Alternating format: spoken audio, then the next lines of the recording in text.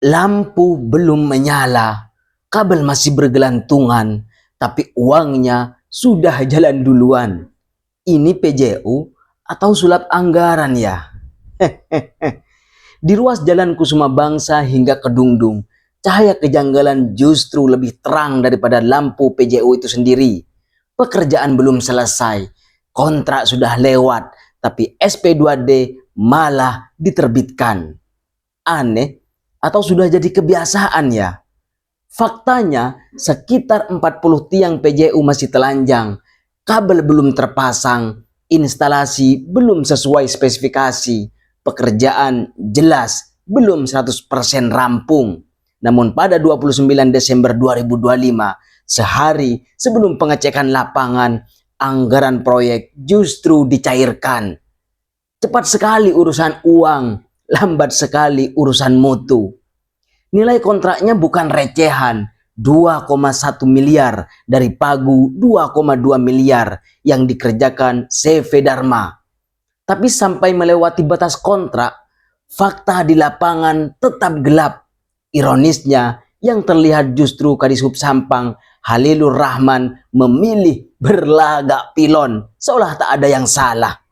Jika pekerjaan belum selesai tapi pembayaran sudah tuntas, ini bukan sekedar kelalaian, ini patut diduga abuse of power. Publik tidak butuh drama lampu mati di siang bolong, yang dibutuhkan adalah transparansi dan tanggung jawab. Bagaimana menurut Anda? Salam intelektual. Berani jujur itu mahal, tapi diam terlalu lama bisa lebih berbahaya. Kasus dugaan markup patung kerapan sapi di alun-alun Trunojoyo Sampang, Madura kembali bikin dahi berkerut. Bukan karena ceritanya rumit, tapi karena prosesnya terasa lambat seperti patung yang dipatungkan. Sudah lebih dari 20 hari sejak SP2HP diterbitkan Unit 2 Tipikor Polres Sampang, tapi progresnya sunyi. Tak ada pemanggilan terbuka, tak ada klarifikasi resmi, tak ada update yang bisa jadi pegangan publik. Yang ada hanya tanda tanya menggantung seperti baleho janji kampanye. Padahal ini soal uang negara, soal anggaran yang mestinya kembali ke rakyat, bukan menguap di meja. Kalau serius, mestinya langkah hukum sudah terlihat. Kalau berani, mestinya transparansi jadi panglima. Publik tak butuh drama, cukup kerja nyata. Keterlambatan ini bukan sekedar soal waktu, tapi soal kepercayaan. Dan kepercayaan yang terus diuji tanpa jawaban, lama-lama bisa runtuh. Polres Sampang, buka suara, tunjukkan progres. Jangan biarkan publik menulis kesimpulan sendiri. Bagaimana menurut Anda? Salam intelektual. Satu sidak, sejuta tafsir. Kasus nenek Elina yang mestinya sederhana justru berubah jadi bola panas, bergulir kemana-mana, memantul ke politik, identitas, hingga framing rasisme. Ketua Madas curiga, jangan-jangan sidak wakil wali kota Surabaya Armuji bukan sekedar empati, tapi juga panggung popularitas menuju pilwali. Lucunya, niat membela malah melahirkan gaduh. Bukannya api padam, justru disiram bensin media sosial. Tanpa klarifikasi, tanpa verifikasi, isu digiring liar. Suku Madura pun terseret, digeneralisasi, dicap ini itu. Padahal kegaduhan tak pernah menyelesaikan masalah, yang ada hanya memperlebar luka.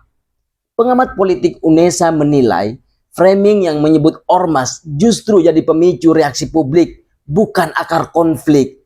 Dan DPRD Surabaya pun mengingatkan, jangan mudah terprovokasi, sebab informasi medsos sering berlari lebih cepat dari fakta.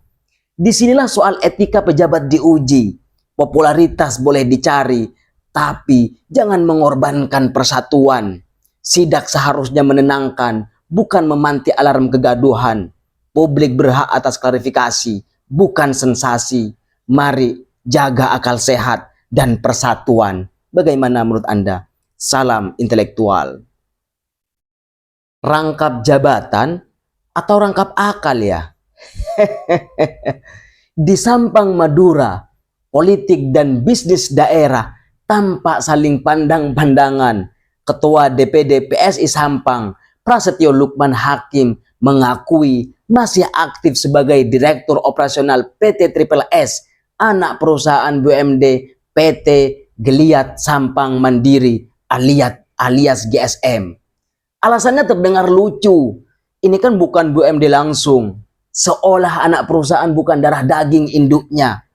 Secara aturan tertulis, mungkin memang tak eksplisit, tapi secara etika dan logika hukum, anak BUMD tetap berada di bawah kendali induknya. Saham, arah bisnis, hingga keputusan strategis. Direksinya adalah perpanjangan tangan BUMD, maka di mana netralitas jika pengurus partai politik aktif duduk di kursi direksi? BUMD dibentuk untuk melayani kepentingan publik, bukan jadi perpanjangan kepentingan politik praktis.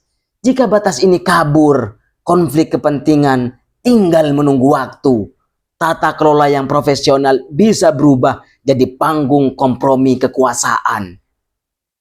Ironisnya, hingga kini belum ada sikap resmi dari PT GSM. Publik menyentil Direktur PT GSM, Bapak Tamsul. Diam berarti setuju atau sedang menunggu badai reda? Saatnya pemerintah daerah dan pengawas turun tangan sebelum netralitas BUMD benar-benar jadi dongeng. Bagaimana menurut Anda? Salam intelektual.